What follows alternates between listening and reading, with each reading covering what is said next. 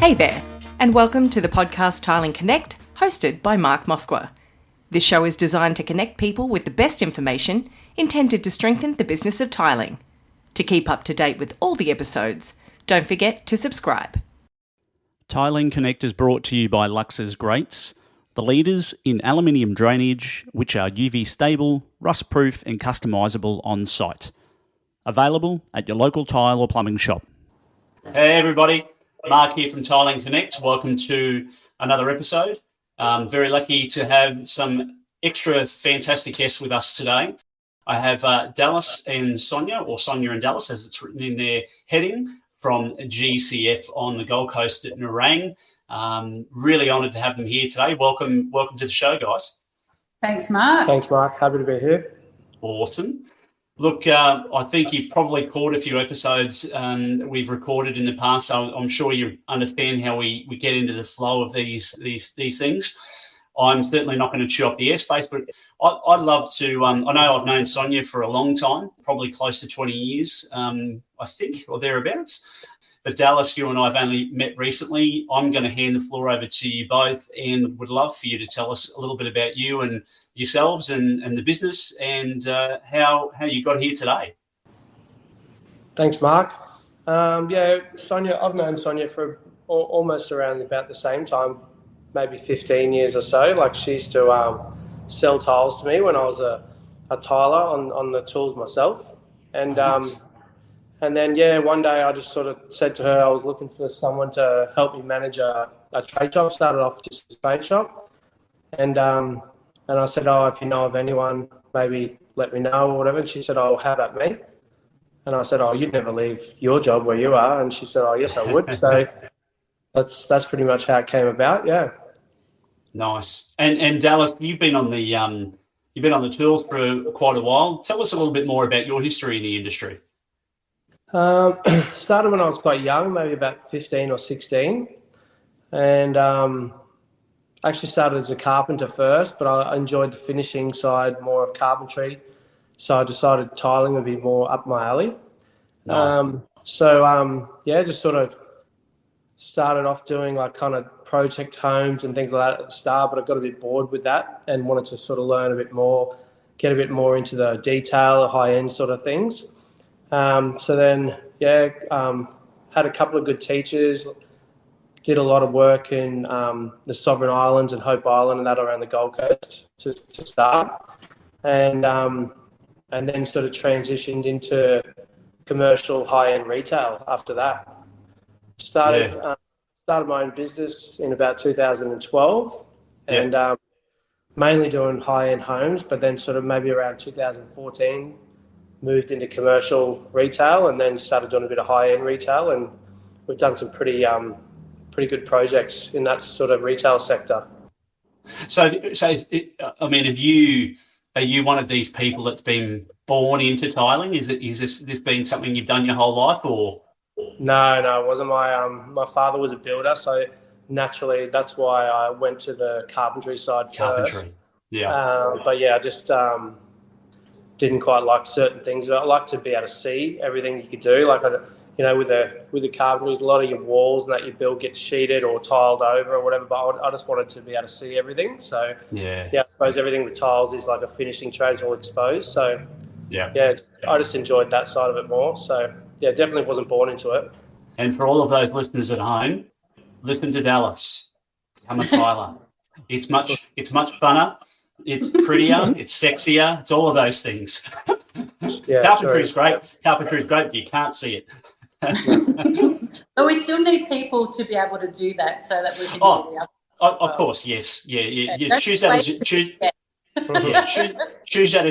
your second option. Yeah. That's right. Yeah. No, that's fantastic. And Sonya, look, you've been in architectural design for pretty much your entire life. Tell us, take us back to the beginning. How did you start in tiling? I actually worked with a builder for a little while, and then I actually went through a divorce and then had to get a job. So that was like a lead into tiling. Yeah. I actually got a job with a tile company here in Nerang, and that's where I was able to produce more than just sales, etc., because I have a lot of art background, and I was always interested in architecture and interior design, so I've kind of gone down that track, and I did that progressively, and then it's just kind of bloomed from there. So I just keep on doing what I do best, and that's designing. And then with the opportunity that Dallas gave me was really an opportunity that I had to take, because it was something that was I had the ability to do something that's not really well known here in terms of showrooms, etc. Most showrooms are quite boring. This one's a little bit more eccentric, but it serves a lot of purposes, and that's pretty much the angle that we've gone for with the design. The design basically features a lot of things that are lacking in the industry, and it just gives people the opportunity to see what you can do with a vision. And there's no such thing as no to anything that I've designed so far. Dallas has been really good and let me pretty much take the reins on it. And that's pretty much it, really. So just as a creative background, that's kind of where it's gone. Yeah, nice. And it's very much been a little bit like a blank canvas for you with this showroom and studio.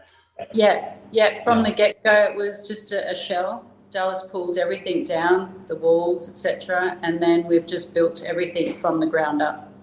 Yeah, that's awesome. That's so cool. I suppose, I could lead on to my next question, but I want to pick up on a few things that you both mentioned, in your opening.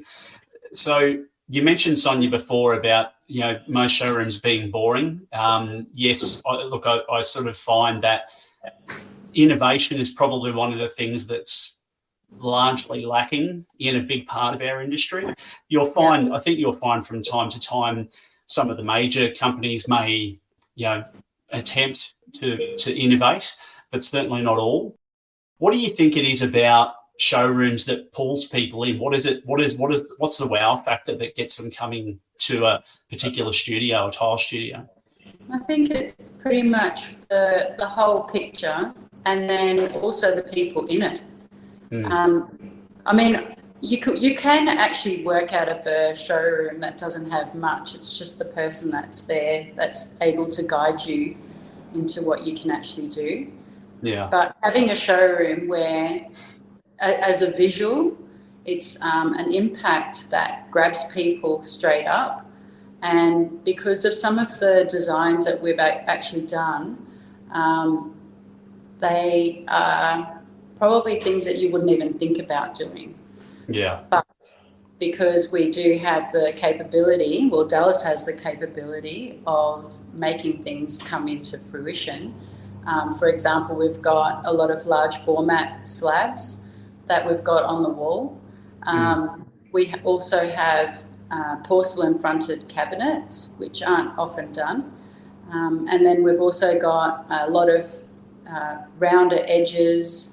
We've got a lot of different flooring and different basically features and finishes and all sorts of stuff. And it's all just a combination of everything. Yeah, so that's really cool. It emphasises the can-do attitude that we have. Yeah, absolutely. I mean, Dallas, from your perspective, obviously you've spent quite a number of years on the tools in both different trades. Like, what was your core inspiration behind then going from that into, I'm not going to call it retail, but it is partially retail, right? But this is like an exquisite showroom experience. So what drove you to, go down that path? I suppose the transitions that I've made, like from my tiling to other things. So I don't just do tiling anymore. Like, we do all floor coverings, wall finishes, things like that. So I suppose it was kind of the idea that we can kind of install anything. Like, with the contractors that we've got, we can basically cover all bases in relation to flooring. But I suppose there was just one thing missing, and that's actually designing the space. So, I mean, sometimes you would going to a house or a retail store or something like that, and the client would ask you to lay the products that they've supplied, but deep down in your mind, you're thinking, this doesn't look good. Like, I'll put them down for you, but these things don't go well together. Yeah. And that's where the design side of things comes in, is we can then design, supply, and install all the products. So I think that just sort of ticks all the boxes. Yeah, it basically complements the crux of the business, which is the supply and install. But having the opportunity to design everything, everything kind of clicks into place. Yeah. And then there's no hiccup, or one part of the design doesn't work with the other. That's more of a flowing thing. I like that. I think it's a little bit like project management, right? It's very much around from conceptual idea, design, into construction phase, into handing it over to the client. So it's very much the full piece or full project in one sort of handshake. So, and I mean, do you think, Dallas or Sonya, do you think that the future of tiling is going to be customers will literally come into a studio or a showroom, make a selection, and then want you to install it? Do you think that's where we're going? Like, especially given the trade shortage that we're seeing across the country? I think so, yes. And if you like, people will feel more comfortable knowing that they're in good hands with someone that when you walk into a showroom like this and they feel relaxed and comfortable and they trust, you as a person, and then you recommend to them a product, and then you recommend to them an installer as well. Yeah. It's not kind of like, well, here's your tiles, here's 6 numbers of someone that can do it, but we don't want to vouch for these people because, we don't want to make ourselves look bad or whatever. But it would happen quite a lot where people would just sort of wipe their hands of the install phase of it because they don't want to be held liable for who they've recommended or whatever. So I suppose it puts a lot of liability on us, but a lot of trust for the client, I think, too. Yeah. I think you're backing yourself though when you make that sort of, when you build that sort of business. You really are saying, hey, look, I know how good we are. I know the sort of service that we can deliver. I know the sort of design we can offer. I know the sort of showroom experience or installation experience I can offer. I'm just going to do it. And I mean, your business better than anybody because you've built it from the ground up. So I think that's a pretty admirable thing to be able to wear that as a badge of honour. Being able to offer that to customers. I think it's great. Yeah thanks. And that's the thing too, is because when I was in the tiling industry, 9 times out of 10, you'd come up with a fabulous design for someone and the client gets so excited about it.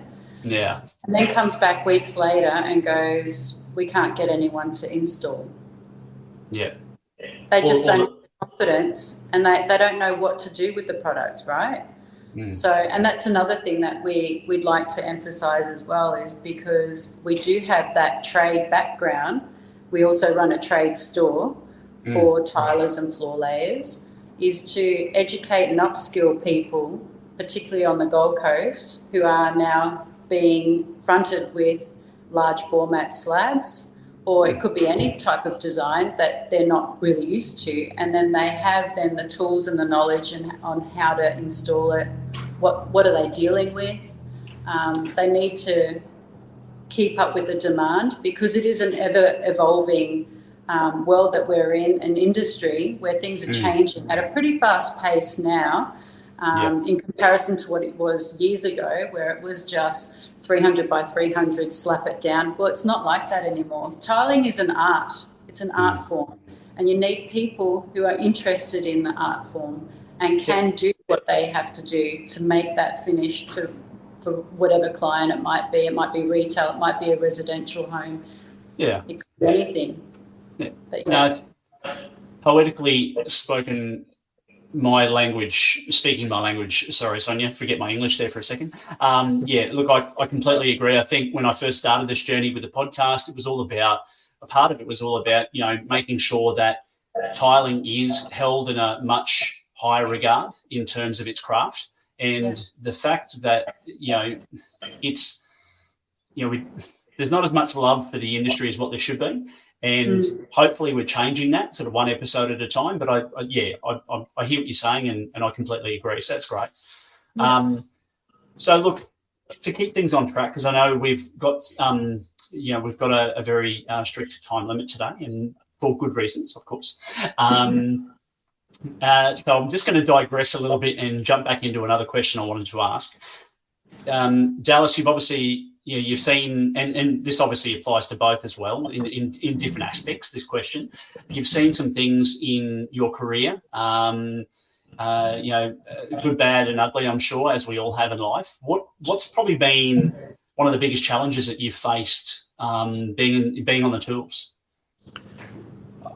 I suppose it was the start of my business, where I was trying to make a name for myself, as everyone does, and taking on some projects that were probably not out of my league skill level, but out of my league with capacity, I suppose. Yeah.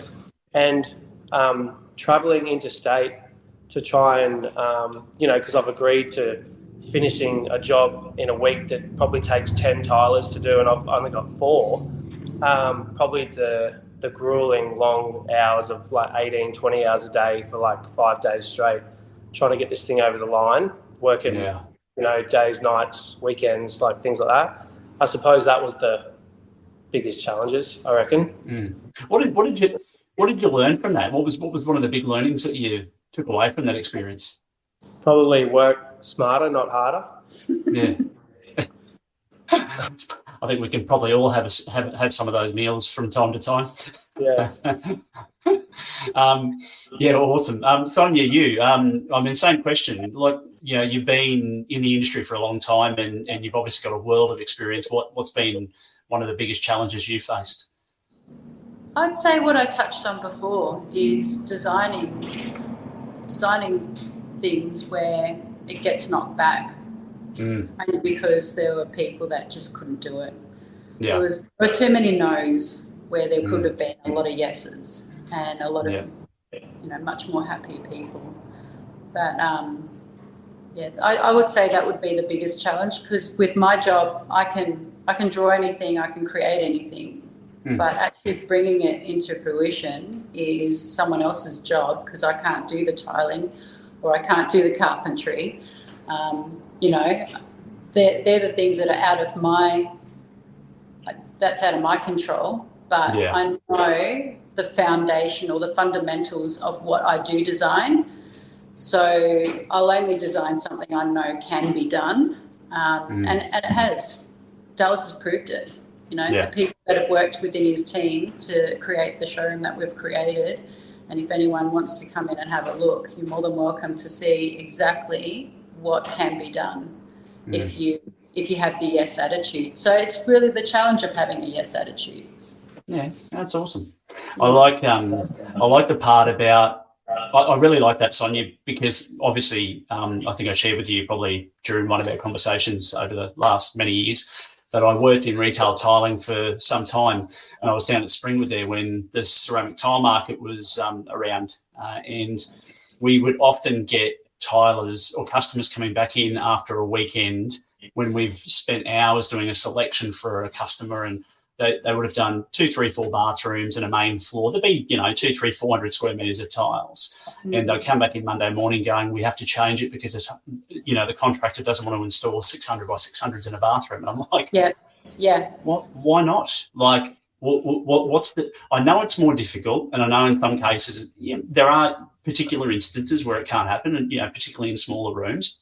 But generally speaking, it can occur. Like, it's not a, it's not a no. It's a let's find a way to make it happen, and that would happen so often.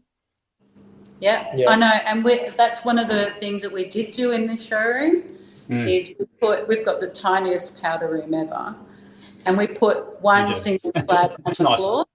Yeah, and that's just to show people that it can be done, because I was so tired of hearing about what can and can't be done. I had to prove a point, and we did that.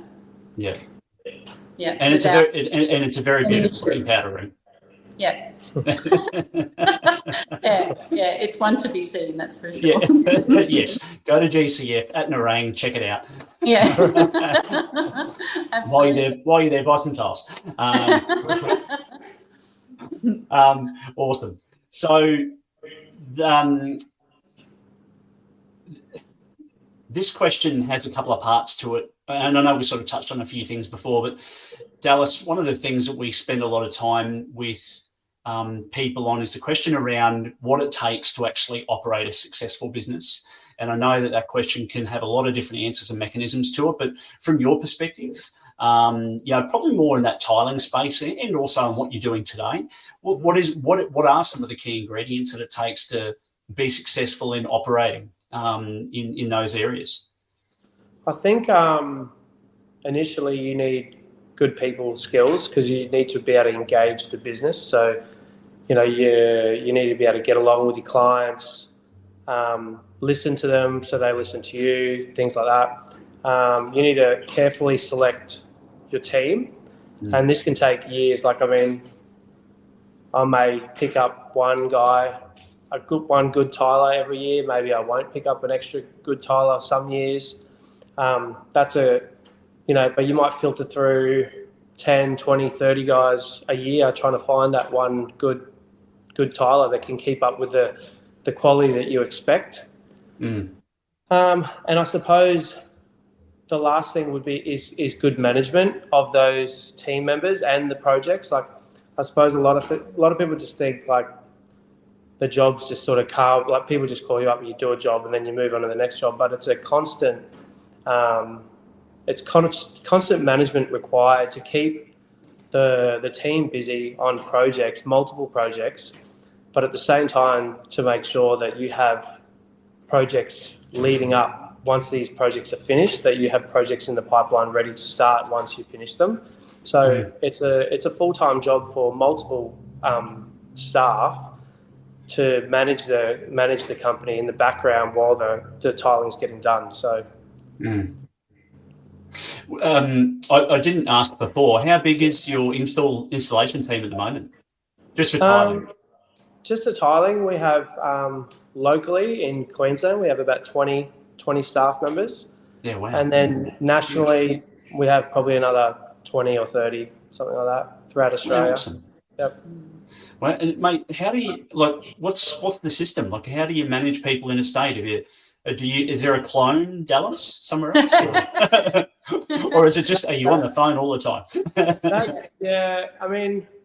I am on the phone all the time. That answers that. But I suppose when I did the travel myself, like when I was doing the jobs I was telling you about, when I'm killing myself for 18 hours a day, when I traveled interstate, I would meet contractors, like I would engage them to come and help me on the jobs, things like that. And I suppose then I just built up a good network of people that I trust.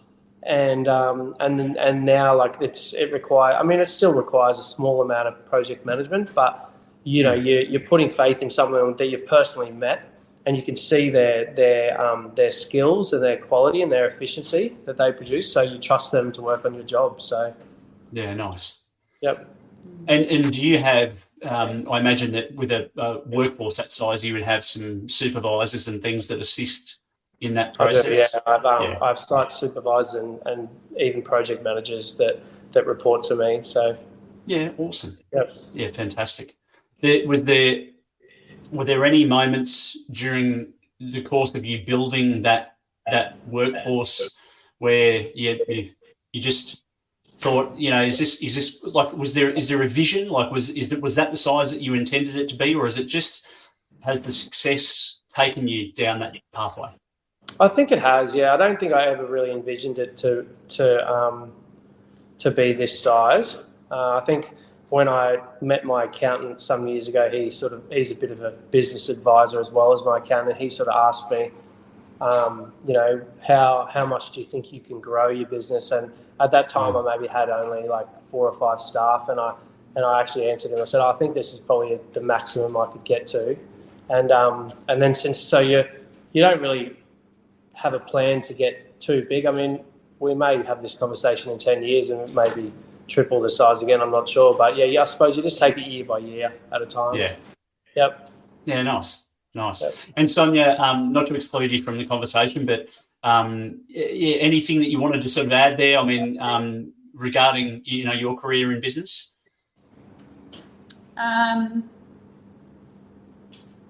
I don't know. I think it's just being a team player. There's going to be challenges, and you really need someone to get your back, right? It's working with each other to maximise the outcome. There's no point challenging anyone within your team, because that's not going to get you anywhere. It's more, it's more the cohesion of the team. And then that obviously blooms and grows from there. Yeah, awesome. Love it. That's cool. Thank you. So obviously there's a lot of different pieces of the puzzle to a business. There's many things that make up how it operates. There's processes, there's people, there's products. And another important ingredient is marketing the business and ensuring that people know about who you are, what you do, your reputation, your brand.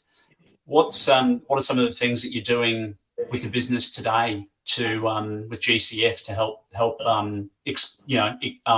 explode that brand in the marketplace? Yeah, well, we're trying to kind of grow it organically in a sense. Cool. Dallas's wife is a really good social media controller, so she's got that. She drives that side of things. Nice. And we've also got a great web designer. So we've got a good website, which is easy, simple to understand. And now we've got a radio spot at the moment on CFM. So that's cool. Pretty much it, apart from word of mouth, and that Dallas is already extremely busy. But we're just kind of moving with how it all progresses. Are you with the CFM stuff? Is it getting on radio? Is that something that's on trend at the moment on the coast? I haven't. I know that you hear other competitors and stuff on the radio from time to time, but is that working? It actually is. Yeah, we've had a handful of people come in, and we kind of always ask when we get new clients through the door. We always ask, cool. How did you hear about us? And some of them. Yeah. Have been saying, I heard you on the radio and thought we'd come down and check it out. So, yeah, nice. Yep. I think the Gold Coast, I mean, look, I've never lived there, but I've lived pretty much my entire life in Queensland, except for that 10 years in Melbourne, but we won't talk about that, especially the last two. So the Gold Coast is it's a smaller community. I know it's not a massive place, but it feels like when you go there that it's actually rather small community. Whilst there is hundreds of thousands of people that live down there, probably millions, I'm not sure. So I can see how, from what you're saying, that how that radio part can work quite well or effectively. Yeah. Gold Coast is small, but it is big. I mean, I've been here for 30-something years. I won't tell how many, but like 30 plus years. And I've seen it grow. When you were born. When you were born. But I've seen it grow immensely. It's nothing like what it used to be. I think it is a small place, and I think the industry itself is even smaller. And, not everyone listens to the radio, and not everyone listens to the same radio station. Yeah. But it sort of just takes one person to hear you, and then they might come in and check the place out and go, wow, this place is great. And then they might talk to their network of tilers that they know, and then before you know it, the place is flooded. So yeah. I think the old school philosophy of one person's great experience or amazing experience in a business is bound to potentially tell 10 others is still very much real in today's landscape. And it's interesting how many businesses still fail to understand that concept. And I've been at the end of, some horrific customer service experiences in the last few months. I won't mention any names, but certainly when it takes 70 days to resolve a faulty product issue, that just goes to show you that, those sort of experiences are still happening, and people just don't get it. Like, I every time I go out socially and go to a barbecue or catch up with friends or whatever, and if the conversation turns into, business and experiences and all that sort of stuff, I absolutely share that with people that I know. I'm like, just avoid this place like the plague. Like, don't go there. Or if you do, you've been warned. Like, that if something happens, this potentially might be your experience as well. So, and it works the other way too. People are having a good experience, and that's what we focus on, is people's experience from go to woe. Basically, is just that everyone has a great experience. They want to tell their friends, and that they're happy with the final result as well. Yeah, absolutely. Paramount. Very cool. Very cool. Obviously, the tiling and building industry is experiencing a number of different challenges, like many other industries. What are you seeing at the moment is one or two of the biggest industry challenges that we're facing at the moment in tiling and building? I suppose a shortage of trades would be one of them, especially when all the tilers got scooped up for the big Queen's Wharf project there. That was hard to get staff, but I think it might be a transition period between the last sort of generation of tilers retiring maybe, and possibly not enough, like I said before, not enough people wanting to learn the craft of tiling, and perhaps that might take some time to build up, a good amount of tilers. So I suppose that's one thing. Obviously, there's the product supply issues as well, price increases, things like that. I mean, it's all well and good, like the prices of materials and tools and all that, they're going to go up. It's just going to happen. Yeah. But then that cost then has to be relayed onto the projects, and it doesn't help when when a lot of people are struggling, I think, these days, so like if someone not doing too well, interest rates are high, they don't want to spend money on their home or whatever, and especially they don't want to spend inflated price because of the cost of materials and tools, like I said before. So I think that's probably a big challenge, I reckon. A brief word from our sponsor. Are you looking for a water drainage solution that serves its purpose and adds a touch of elegance to your space? Lux's Grates are here to revolutionise your indoor and outdoor applications. Whether it's a shower, bathroom, balcony, pool, or any other area, Lux's Grates is the ideal choice. It's quick and easy installation that you can bang out in just over an hour. Their standard grates offer a classic and timeless look, while the next generation style adds a modern twist to your space. Lux's grates are made of high-quality anodised aluminium, ensuring durability and longevity. Well, Dallas, you've touched on a really interesting point. I know we spoke about this before when we were speaking about your manpower and the team that you have around you. How do you hang on to really good people? What's your trick? I keep them busy even if I'm not busy. That's my trick, yep. So I think when you get a good staff member, if you like, I mean, everyone's going to have their quiet patches. Even we have our quiet patches, like in between jobs get delayed, things like that. It happens. But when you've got good staff, you need to keep the staff, and the only way they're going to leave is if they haven't got enough work, like if not feeding them enough work. So we just make sure that no matter what, whether we're paying them for nothing, or whether they're helping us clean out the factory or stack the shelves or organise or whatever, we just try and keep them busy all the time, and that's how we retain them. Yeah, cool. Awesome. Sonya, same question for you. Are you seeing anything different in the industry in terms of challenges from your perspective, or much the same as what Dallas mentioned? Yeah, I think like I did say before about the different materials coming through and just the pushback from a lot of the tradies. I think it's just that whether they're not motivated enough to upskill or what it might be as a background thing. They don't have time. I think that's a big challenge in itself, is just tradespeople learning new skills, and that is just part and parcel of the whole career of tiling or flooring or whatever it is, because things are evolving. Is to keep up with that whole evolution and learning how to deal with things. It'll be, I bet you anything, most tile shops or vinyl or whatever, they're all hoping that there's going to be more tradies out there that can handle product that they're trying to sell. And there's probably going to be just as many people who want that product that they're going to find people that can actually put it in. Yeah, look, I like that. And I think large format tile panels are a classic example of one of those types of products, right? There's not even mosaics, mate.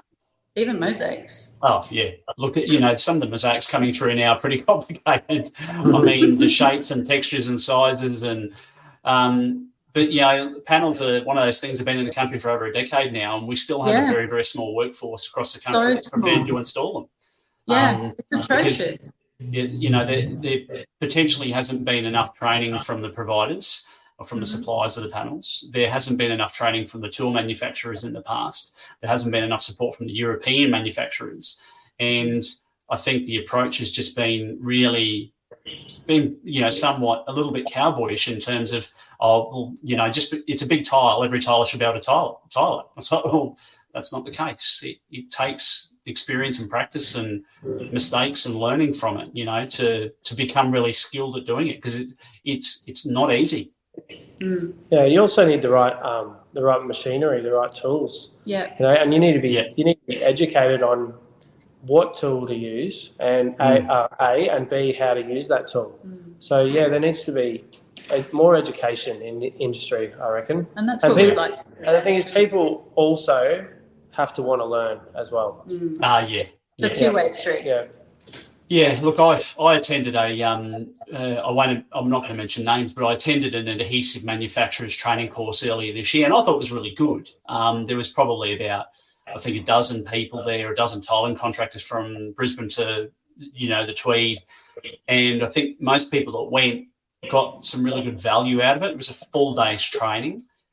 However, I think most of them, maybe except for two, walked away with a lot of doubt in their mind about, still, installing it, the practice behind it, the use of the adhesive products, the handling of the product, the pricing, because it's different, right? It's different to laying 80 square metres on a main floor every day of the week. Completely different. You might only put up 3 panels in one day. Yeah, that's right. Yeah. I mean, I suppose them agreeing to go to the training session is probably already a positive. Definitely. There might have been a couple of people there that just wanted the free bacon and egg roll. But I think most of them, once they've already agreed, they're the type of people that are willing to learn. So yeah, absolutely. And when we have bacon and egg rolls tomorrow, yes, you bet. Yeah, definitely. And that's what we want to focus on too, is to provide those trade nights for suppliers to come in and talk to our tilers. Any tiler who wants to come in and see what products they can use, how to use them, and then be a little bit more confident in their ability to actually put these tiles into place. And Dallas is a wealth of information, and he's so good. He imparts that information to everyone and anyone. Yeah, so he's awesome. Very approachable in that aspect, which is a benefit to any tradesperson that walks in the door. Yeah. Excellent. Yeah, sharing. So talking about product for a second, one of the things that I wanted to touch on, being a new studio showroom, compared to some of the others that have been around for a long time, you've made some very conscious decisions about the type of supply network that you have in the business. What's your decision-making processes around choosing suppliers? How do you go, we need to have this suite of suppliers on board? What makes you decide who to choose? Quality. Yeah, and I suppose you don't want to sell something that you don't agree with. I mean, well, I don't, and I know Sonya doesn't. No. So, and I suppose we're always thinking of ways we can improve the industry as well. Whether it be we see something and we go, oh, well, that's a good idea. We need to get those. We need to get those in here, like a new product. Because we just want to make the industry better and easier for people to deal with, problems or help produce a better product. Or even restrictions on VOCs, silicosis. What else is there that's out there? Things that need to be biodegradable. There's all these things that are coming into the codes and standards now that we need to have the products that will go into these jobs and be able to be scrutinised without anyone having to walk off a job. So there's all these other things that come into play. Yeah, exactly. Yeah, I completely agree. I know that. Sorry, you go. No, you're right. Yeah, no. Well, you need the right cutters. You need the right masks. You need everything that's going to go in with what the red tape requires. And so that's where we go with our products as well. Yeah, awesome. I'm going to drop this because they're part of, we've got a partnership now, but I did notice that you had Lux's Greats in the showroom there, which is great. Grate. I like to say that because you can say great twice, but unless you spell it in an audio context, you're not going to understand what I'm talking about. I've been involved with Lux's Greats for since the start of the program, and I was fortunate enough to have Tim Dawson on, who's the CEO of Lux's, and I think they've got a fantastic business, and I think they've developed an incredible product. That do you find that type of product works well in with the large format panels, and obviously all tiles, but I imagine that having something that exquisite works well. Yeah, particularly for large format, because typically you'd have showers and you'd need to split tiles and work a floor to essential waste, whereas this brings the fall into one direction, and that helps heaps, even for renos. Yeah, it does create. It makes screed easier. You don't have to screed the shower to a centre. Like everyone knows, it's easier to screed on one plane than it is to screed in 4 different planes. Obviously, it saves time splitting tiles. Whether you split the 2 tiles, the 4 tiles around the waist, or the whole shower all the way to the corners.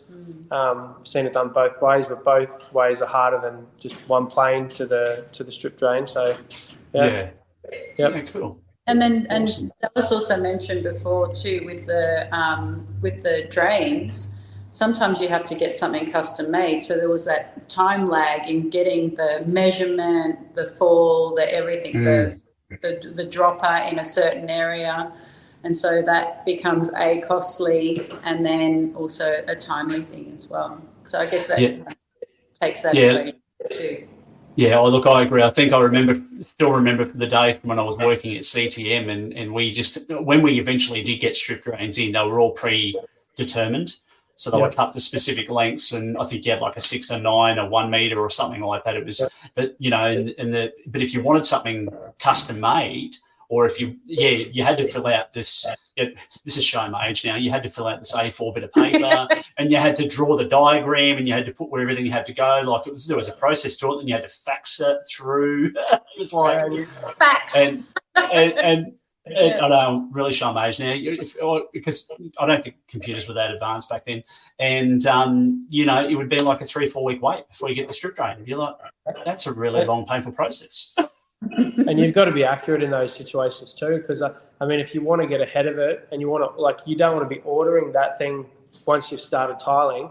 You want to be preempting that. So you need to try and calculate, okay, I've just got a stud wall here. I need to allow for 6 mil FC, 5 mil of glue, 10 mil of tile, and either side, and calculate that exact and then also get your dropper position. That needs to be ordered because it's going to take a week or two to get that in by the time you're ready to trial. And then, oops, I've miscalculated, the dropper doesn't work or something like that. So, back to square one. You're like, man, I'll be back in 6 weeks.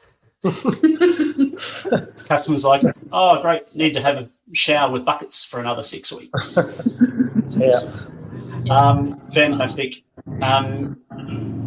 Look, you guys have been great today. Thank you so much for being on the show. We're not finished, but I'm just preempting the next question. Jumping off work for a second. Outside of work, what's life like for both of you guys? I suppose for me, like it's the last sort of 12 months have been pretty hectic work-wise, so you don't get a lot of time outside of work. So I suppose just spending as much time with the family as you can when you're when you work. Nice. Dallas lives at work almost. He's here from 4 a.m. I know a few people like that. Weekends. It's a means to an end, Mark. Yeah, I agree. It's I completely get it. I don't start at 4, but it's Sonya, I know you love diving. Yes. I've followed that journey since I first met you in the 2000s. And that won't ever stop. No, you're posting some really good stuff on Instagram at the moment, so it's real cool. Have you been on some trips? Trips, yes. I've been all over the world diving. Yeah. Where's the most amazing place you've dived? Mark, that is such a difficult question because it depends on what you're looking for, and also, the experience can be so different. It's like I could go to Norway and swim with orcas. That was an amazing experience. I could go to Palau and dive with all sorts of shark species. Mexico for the cenotes, and here we've got some of the best diving in the world in Australia. Wow. Yeah, spectacular. Keeps me in the water. You are.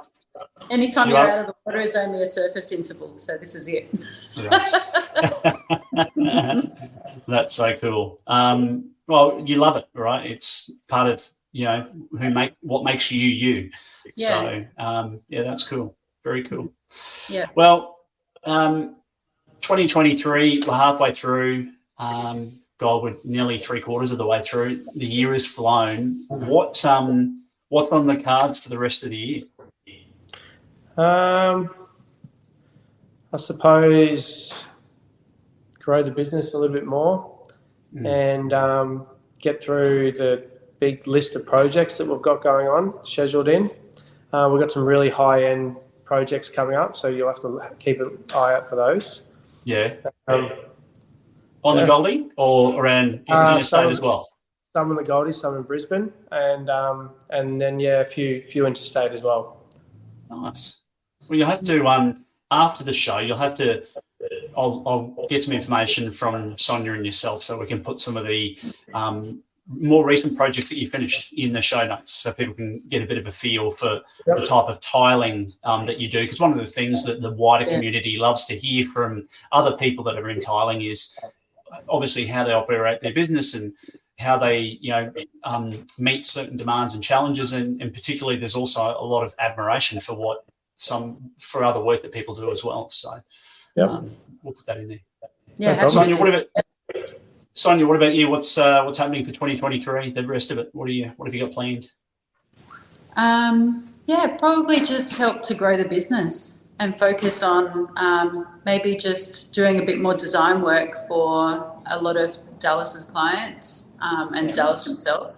That will take us through to the end before you know it. I mean, we're already in August and talking about Christmas, so Well, what do you think? I mean, this is a question that I ponder often. It's always about what's going to happen next year, and there's a lot of conversations happening between different people at the moment about everything's really healthy at the moment. There's plenty of work on. There doesn't seem to be too many blips on the radar, but certainly 2024 seems a little bit like the unknown. What's your feeling about what the market's going to do next year? I suppose I'm more of a positive sort of character, and I feel like it's just going to keep going. And on top of that, I suppose I don't really worry too much about anything I can't control. So I suppose whatever happens, whether it grows or whether the market slumps a bit or whatever, we'll deal with whatever comes our way. So yeah. I think there's a lot of positives out there, though, isn't there? I think so. Yeah. A lot of people advocating for this massive, big housing crisis that we're in at the moment, and there's a lot of really positive conversations happening around, the amount of houses that need to be built and some of the initiatives that the government's lobbying for to implement. They recognise. I read an article the other day on LinkedIn from someone that's quite well connected within the building game, and they were saying that if we don't do something today, by about I think it's 2027 or 2028, will be about 1.1 million homes deficit in Australia. That's how much it can blow out to in terms of what we need to put a roof over everyone's head. So I think when you see those sort of numbers, you go, well, that's positive. Not positive in terms of we don't want that to happen, but positive in terms of getting action happening today, so that there is a roof over everyone's head, which essentially provides work for people as well, right? All different types of work. I suppose we need those builders after all, don't we? Yes, we do. We need more carpenters. Sorry about that earlier comment. We need chippies. Please sign up for your apprenticeship tomorrow. Yep. Everything from the ground up we need. Yeah, we do. Yeah. Absolutely.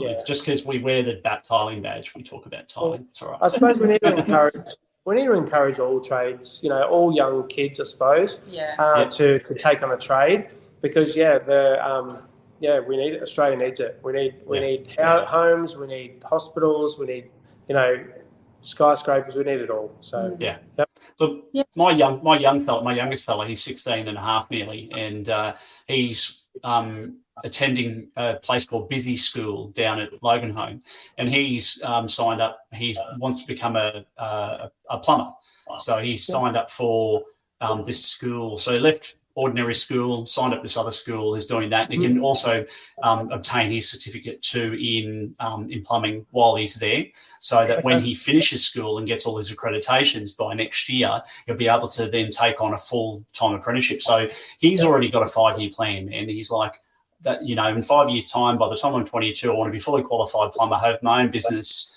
and it's just like, we just need more kids like you. Yeah, definitely. Absolutely. Yeah, definitely. That's good. Very cool. Well, look, before we finish up the episode today, we always like to do our final fast track questions, because there's some excellent questions and usually some pretty cool answers to come back. So we've got 4, so I think we need to split this up, just so otherwise we could be on here for another 15 minutes, and that's not part of our schedule today. So I think, Dallas, I'm going to start with you.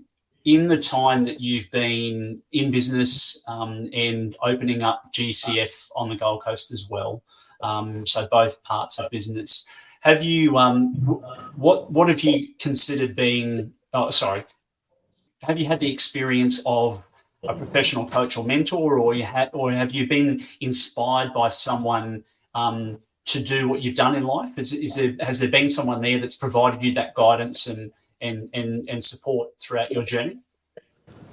I suppose it's hard to really pinpoint one person, I suppose. I knew who I wanted to be when I was young. I used to go and wash cars around the street. I had a job at a fish and chip shop when I was 11 years old, things like that. I always wanted to work. And I suppose you meet people along the way that do guide you in the direction. I had a pretty good mentor when I managed a commercial tile company before I started my own. And I learned a lot of good things from him, but also a lot of things that I probably wouldn't take to my own business as well.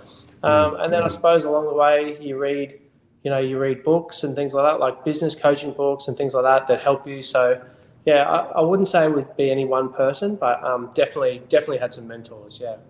Yeah, nice.